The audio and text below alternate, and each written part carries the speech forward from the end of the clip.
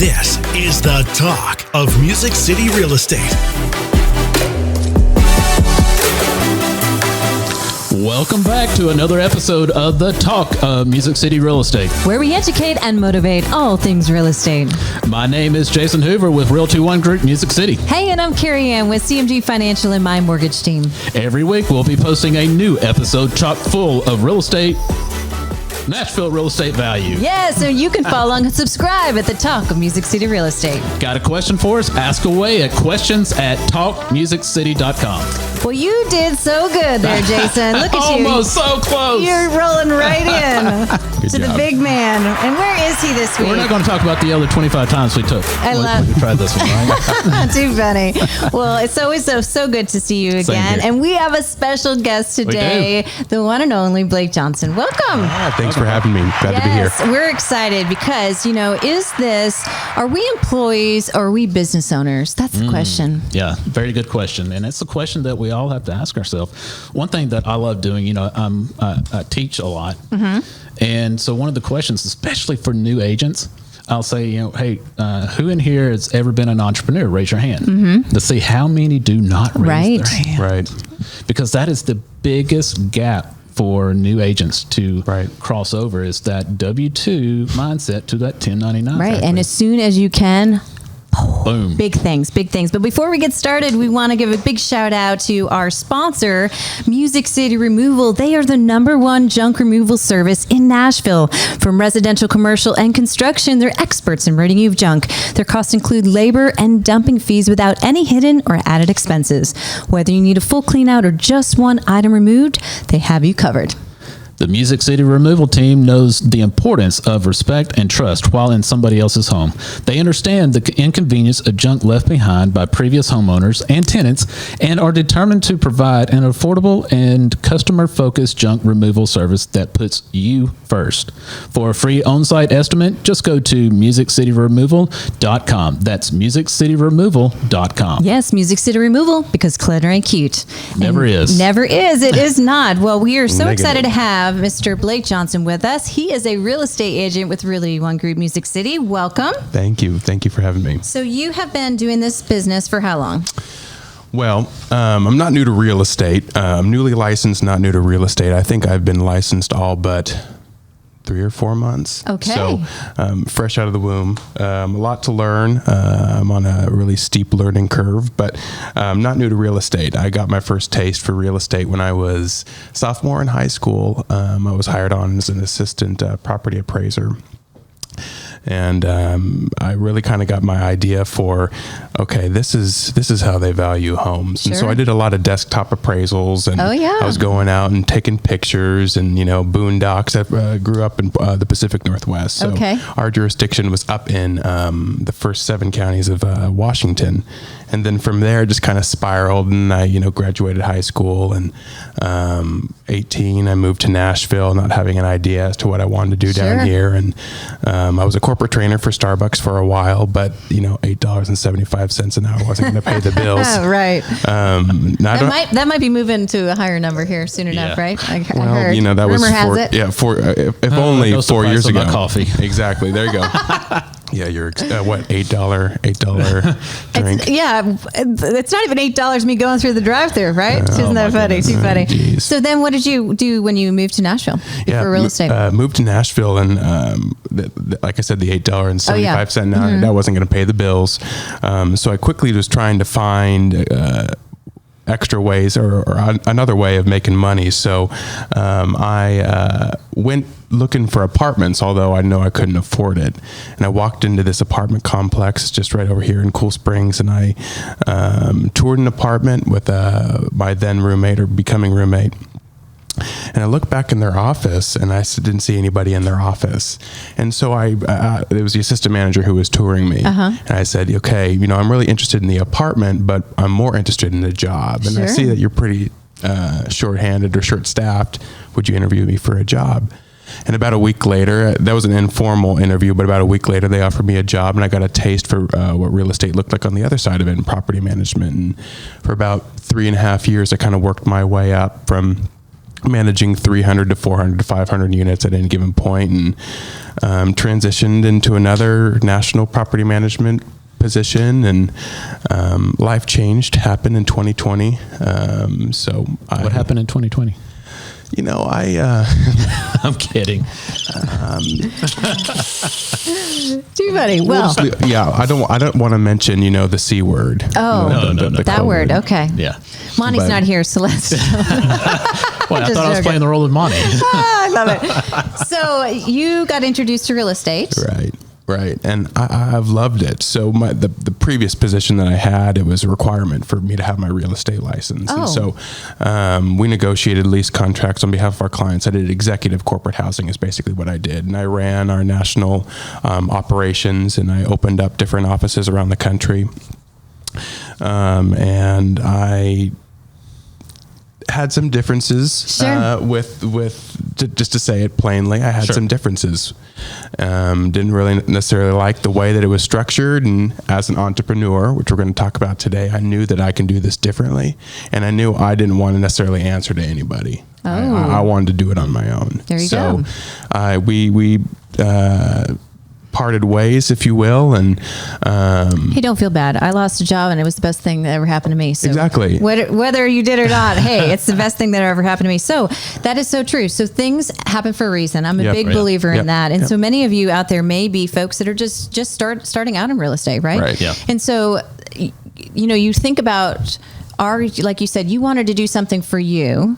You wanted to be your own boss, per se. And I always laugh with that comment, because as much as I feel like I'm my own boss, I feel like every client's my own boss, right? Yep. Meaning sometimes without putting those systems in place, you can let the day run you, and you can have everybody else run your schedule, et cetera, et cetera. Exactly. So, there is a difference between being an employee, right, and being a someone that is a business owner. Now, I'm W-2'd. So I actually, as much as I have a very high rank, the way that they pay loan officers is different. So technically, I work for a company, but my mindset is very much a business owner. I always say hybrid. Yeah, I always say I'm a business owner within a business, right? I run a business within a business. So let's talk about it. Yeah, absolutely. So and I said you're a hybrid. But that is the truth. Is that you really are, because you're paid a certain way, but your mindset has to be the other way, right? So that you can build that business. And really, we could even go down that path about even employees. Who is wanting to advance their careers need to start thinking like an entrepreneur. So true. Yeah.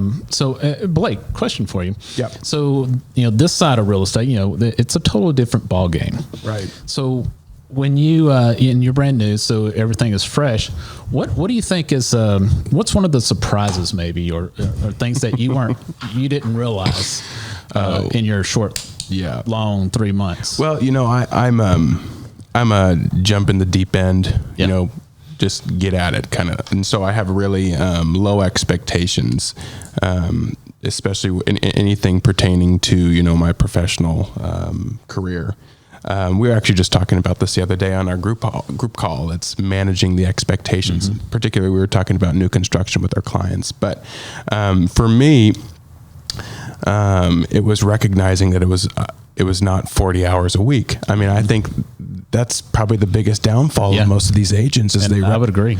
A lot of agents think that. They get licensed, they get their dues, they're joined an association, they have that little, whatever it may be, designation, and then they just think that that's all they have to do. Right. And it's really unfortunate, because that's when the ball starts running. That's, when, you're doing the marathon, they sound the alarm or sound the gun. That's when that's when you start running the marathon. Yeah. It's many, many, many marathons. It's not just 27 miles. Or how many miles is a marathon? I've never run one, so I can't even tell you. Nor do I want to. Yeah. You got a valid point. Is a lot of people do get into this business because they think they have the freedom. Right. And I always say, yes, you do have freedom. It's a structured freedom, though. Sure. You're running a business is harder than being an employee. Right. But you get to do it however you wish. Yeah. And some people don't want to be at your level or mine either, No, right? they So, don't. and that's okay. And even from a sense with lending, I always say, what do you want to be? and let's get you there, Yeah. right? If you want to have the extra time to be home with your kids by a certain time frame, then let's structure the business around that if you like. And again, it's going to look a little different than someone giving the 60, 70, 90 hours, a week that possibly they're somebody newer in the business that wants to eventually maybe own their own, right? Franchise, et cetera. You're gonna, really the word, you're gonna hustle like no other. I remember when I was your age, moving to Nashville and getting into the mortgage business, I was there at 6:00 every morning. I was the first one there and the last one to leave, and I made the most in that position that I was in. But I had that mindset, and I'm very grateful for my dad to have trained that a long time ago. Right. Even from a W-2 standpoint, I teach each position in our office, you are the owner of that position. Own it. Take 100% ownership, and show me how you can wow, and grow within that, position or whatever. So you're right. The time frame, the time it takes to be successful. And we're talking about the heart of an entrepreneur. Right. And I think one of the, probably the foundation is your desire has to match up with your goals. Yeah. If it does not, you're not going to hit your goals, and it's going to be you're just going to, it's going to be a mindset problem. Totally. Because all of a sudden now real estate doesn't work. It's not working for me. And you're going to be looking for, or you're going to be seeing it in a way that is negative. Right. When it really is just you set yourself up to fail. Totally. You're going to bottom out. Yeah, absolutely. And that's why it's one of the most critical things when we bring on new agents into, Realty One Group here, is that they have to go through foundational training. Right. And it's one of our missions is to make that change. The 13% that stay in business after 2 years, we want to make that number larger. It's one of our missions that number is even flip-flopped. And I think it starts with the question you and I always ask, right? Are you committed? Are you interested? Yeah, so if you're committed to wanting to hit 2 transactions a month or 1 a month, right? I don't know what does an average real estate agent try to aim for? So many a year, 6 a year, 12? Yeah, I mean, it's kind of hard to say. Okay, but whatever that goal is, are you even just interested in that goal? Or are you truly committed to that goal, right? Yeah. Meaning you don't have to do millions and millions of dollars, but whatever you put out, are you just got one toe in or you got the full foot in, right? Like, are you totally going to give it all? So, many of us have many different jobs. Some are moms out there and dads, that have to manage the household and also the family. So you have to give your all at the time that you're in it. Your quality of life. Right. You right. Exactly. Whatever you're going to do, be present in the moment so you can 100% get everything out of, that there for sure. So, absolutely. So jumping in, you've always had that spirit, like you said, right? Yeah. So you probably already knew, to have the guts to say, hey, I want the empty office, like you already have that heart and that passion to do something bigger.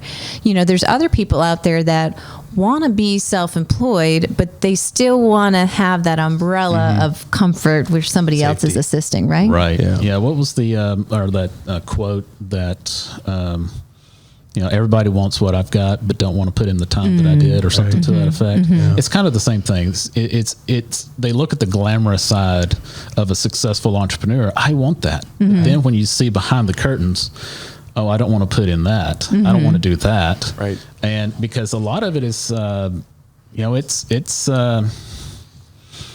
it's tough. You take some big chances. Yeah. And especially when you're investing money back in your business, and whenever you're just getting it going and you're making money, and this is where a lot of people mess up too. They make the money and they spend it instead of taking the majority of that at the very beginning and start investing it back. I love what you said at a class I took a while back with you. When you really are running your personal business like a business, you divide it up into multiple factors, right? So automatically that $1,000 I made off of that house, so much is going to marketing, so much is going to taxes, so much is going to personal savings, et cetera, et cetera. So technically I never really made, in my mind, I don't even see $1,000. I see my $300, let's just say. Right. And everything else went to all the other buckets because is to be successful, you have to spend $1 to make $1. I am truly believe. Yep. And when I started spending $2, I made $4. Like it started working, right? You are employing your money to make more money for you. And that is conditioning. That's part of the conditioning of an entrepreneur. It's to start seeing your money like that, so that you don't see a $10,000 commission check. You see $10,000 that is divided up into your different buckets. And you can easily do that because I'm, if I see it, I spend it kind of person. So, and I spend it, let me tell you, right? So I make sure that I only see a certain amount, right? And I'm very thankful. My mom always took 50% of all my money, whether I was babysitting or anything. And I was like, why are you taking my money? But she was teaching me about a savings account, you know? Right. And I see credit profiles and asset profiles constantly, and people don't have savings accounts, right? Right. But in my business, I don't know when it's going to fall. Possibly never, but I'm always thinking the world's coming to an end tomorrow. You know, like someone bigger, you know, could come out and buy up the mortgage world. Or we talked about even Zillow. You know, you just never know. So you have to be prepared for tomorrow. So that's my little savings, but I still want to live the lifestyle of fun, right? So I have to have that little extra. But you can have it all come into one and then divvy up. And so you only see so much in your regular, you know, so-called checking. Like I don't see my savings, you know, and I make sure I'm not able to see it on purpose, you know, so that's a way to do it. And I think to piggyback on that, what some newer agents are thinking is they're getting discouraged because when they do that allocation, you know, I was running budgets in the last company, and you know, when you get that $1, it's that $1 is not going to go directly out. You're going to put that, you're going to allocate that to payroll. You're going to put that into marketing. You have to run basically yourself, your real estate endeavors like an actual business. And if you're not bringing home the bacon like you want to, you know, you're bringing home the thinly sliced bacon and not the thick cut bacon, then you need to figure out where your time is being allocated. Right. If your time is being allocated, and you know, we were talking about 12-week, which is a fantastic book. I just love that book. What's 12-week. The 12-week year. Yeah, 12-week year. It's basically, I would expand it a little. It's kind of like I love Zig Ziglar. He's amazing. The whole idea of reverse engineering your goals, you know, setting it out 5, 10, whatever years, and then walking it backwards. And, you know, the 12-week year for agents is amazing. Where was I going with this? Oh, it's where am I spending my time today? And is it blue chip or is it white chip? Exactly. And blue means what? That's your more important task. Okay. Right? Yeah. I do green and red. You know, like stay in the green. Money making activities. There we go. Right. Am I spending my 8 hour a day, 4 hours on social media? Well, that's not bringing me the big bacon, you know, I love the thick cut bacon.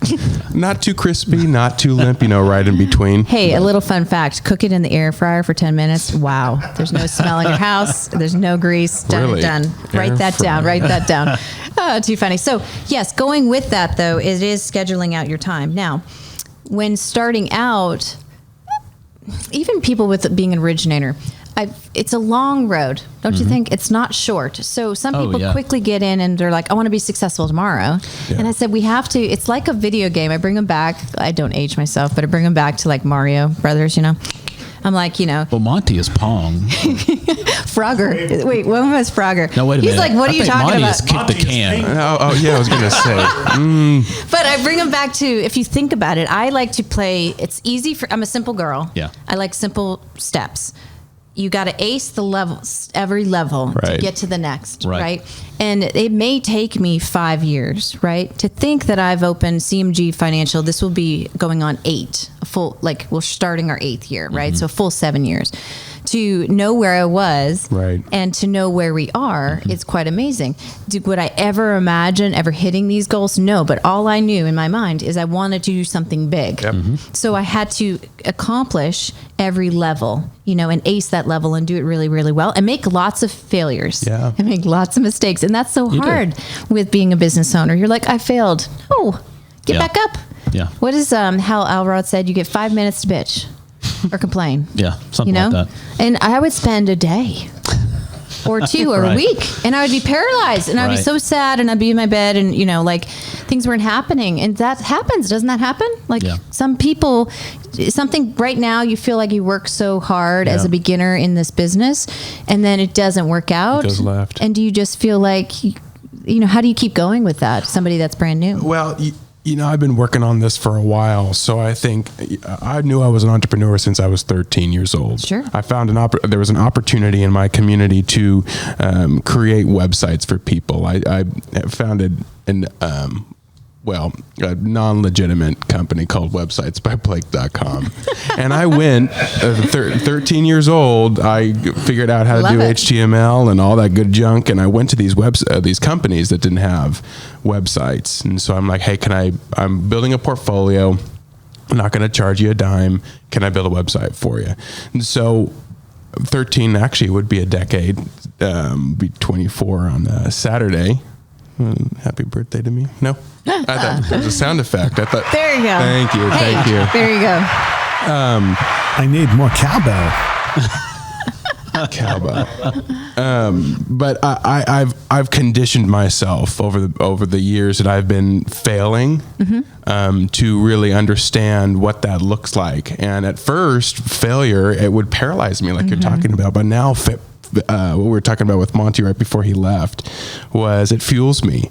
Opposition fuels me. Challenges fuels me because it makes me analyze. I'm an analytical. I'm a hybrid between a Jason and a Monty. Monty's big picture. I love Monty, and Jason. I think Jason's big picture, but he has this numbers analytical. Jason's incredible. And you're incredible too. The clip. Don't leave me out. And Carey Ann's incredible too. Yeah, there's your soundbite. Yeah, there you go. There's your soundbite, Jason. Just joking. So I've conditioned myself to fail, and I think that's something. Failing forward is so exactly key when you get to learn that, but it's hard at the times, And here's one thing I want to talk about just for a moment because I see this too often in the same vein is that we have got to get back to enjoying the journey. Oh yeah. Because in the process, it's the journey that you love. It's the journey that develops the entrepreneur. And we had this goal in mind. And once we accomplish it, it's not over. And I realized this a long time ago was that I kept going from one thing to another, it's almost like trying to get satisfaction. And I would forget to enjoy the journey. So true. And then I started looking at some of these, other entrepreneurs, the very successful entrepreneurs. They all have multiple businesses, and it's not just for income. Right. It's because they enjoy that journey. They enjoy building, creating, designing. That is what an entrepreneur is. An entrepreneur is not just to be successful. And I think a lot of the agents, we need to understand and really embrace that. Well, we're so lucky too with this industry that it's something new every day. Don't you think? I mean, it's a new person, it's a new scenario, it's a new house, that makes it fun. And so it can be something that it's like a rebirth, technically, every day. And again, success, what does that really mean for each business owner? Individually defined. It is. And that's why I like the end of the year is whenever we go back, I kind of, go back to the drawing board. It's like, okay, come October and then November, December. Well, October and November, we are looking, what do we do? Or what did we do? What do we want to do? And then December is usually when we start implementing the things. I love that time of year because that is when, and it's probably like the artistic part of me, is we're going back to the drawing board and, dreaming it up again. Yeah. What do we want to do next year? And so I love after you take a 2-week nap out of exhaustion from the whole year. Last year was one of those years for sure. But after my 2-week nap, I am rebooted. Like I've got a new excitement, a new outlook for the new year. And the bar was raised really high last year.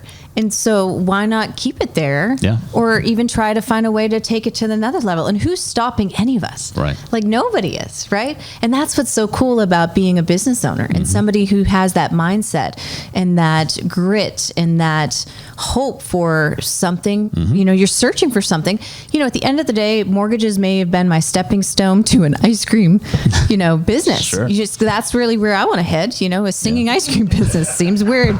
But again, you just never know. She wants to open a snow cone shop. Oh my gosh, yes. We could be singing on the side with our cold treats. I mean, seriously, we've got that in common. But I mean, that's what we're saying. This sometimes could feel like a job if you let it take control of you. But if you take control and you start with that foundation, like we talked about a long time ago, and you really build it up layer by layer and layer, and then you have the business working for itself, because you could. But what I remember a long time ago is I said, you know what, I could be a manager and hire a bunch of loan officers and just manage. And my income can be connected to whatever their work ethic is. But again, if they don't choose to work and it's up to them, then I don't get paid. So I said, never will I ever put my daughter's livelihood in the hands of anybody else but myself, right? And so I get up and you get to make that decision. Yes. And everybody gets to do that for themselves, which is great when you are a true, business owner. And yes, does somebody else write my checks, et cetera, and I very kindly remind them how much they do need to pay me from the agreement on, but I get paid this because I work harder, and I am driven that way. But every personality is a little bit different. But again, remember that you're the one deciding how much you want to get paid. You can get paid we're not capped. Oh, no. None of us are, which is so cool. You can turn it up or turn it down, whatever you would like to do, which is wonderful. I've got one loan officer who wanted to retire. And so we helped move her in that direction, but she's still getting paid. It's perfect. Amazing, right? I mean, she deserves to get paid after being in the business 35 years, I think. Wow. So you can do that too. It's all about how you truly set it up for you, but it starts with now, right? It starts with today. What other business things do you think about when you are getting right now, starting your foundation? Now, keep in mind, this guy keeps me busy. So he has jumped in that deep end and he is doing an amazing job already. And I love it. And he asks lots of questions. I will tell you, to be a good business owner, you need to ask lots of questions, right? That's right. Because somebody else may know the answer to help you, continue to build that confidence. So what other things do you have in place? You were talking about foundation, and we teach a weekly class, foundations, and because we truly believe, and I believe at the heart of hearts, is that you're not going to accomplish anything professionally or personally without a solid foundation. The Bible talks about, you're going to build a house on sand, or you're going to build a house on the rock. I want to build a house on a rock because I don't want wind, whatever it may be, whether it's a recession or whatever it looks like for my house to be toppling over. So I think, putting business kind of aside, we have to get it right with ourselves. Because if we're going to set these goals, these business goals, whatever they may be, but we don't have it right here, up here, and right here, then there's no way in hell is it going to be accomplished. I always talk about your interior is far superior than your exterior. Your interior is far superior than your exterior. And Love so that. if your self-talk, how are you talking to yourself, right? I had to learn this the hard way when I moved to Nashville at a ripe age of 18 years old, and I knew nobody. I knew nothing. All I can provide was a good work ethic and a good attitude. And then from that, I knew that what I was put on this earth to do was to help people. And at the time, helping people was serving them a Starbucks drink, $8 Starbucks drink. And then it transitioned into, negotiating lease contracts. And then from there, it turned into helping executives find housing. And then now I found what I think to be my calling, and that is helping people with probably one of the biggest purchases of their life. That's one aspect. I'm a real estate agent by day, but I'm also an advisor and a consultant for a couple of companies because I'm truly passionate about motivation and encouragement and really getting that personal self-talk. Yeah, that's great. Start with us and then work outwards. So, that's the internal, as you say, is so much more important because, and especially for entrepreneurs, because you are going to be on a roller coaster. Oh yeah, we're always on roller coasters, and that's kind of one of the things that makes it so fun. Right. You have the highs, you have the lows, but if you don't have a good, solid foundation internally, then you will crumble. Right. That's so true. And there's no age in this business. No. We're looking at somebody on the younger side. Especially for realtors, our business cards never change. Exactly. Exactly. Keep the 80s going strong.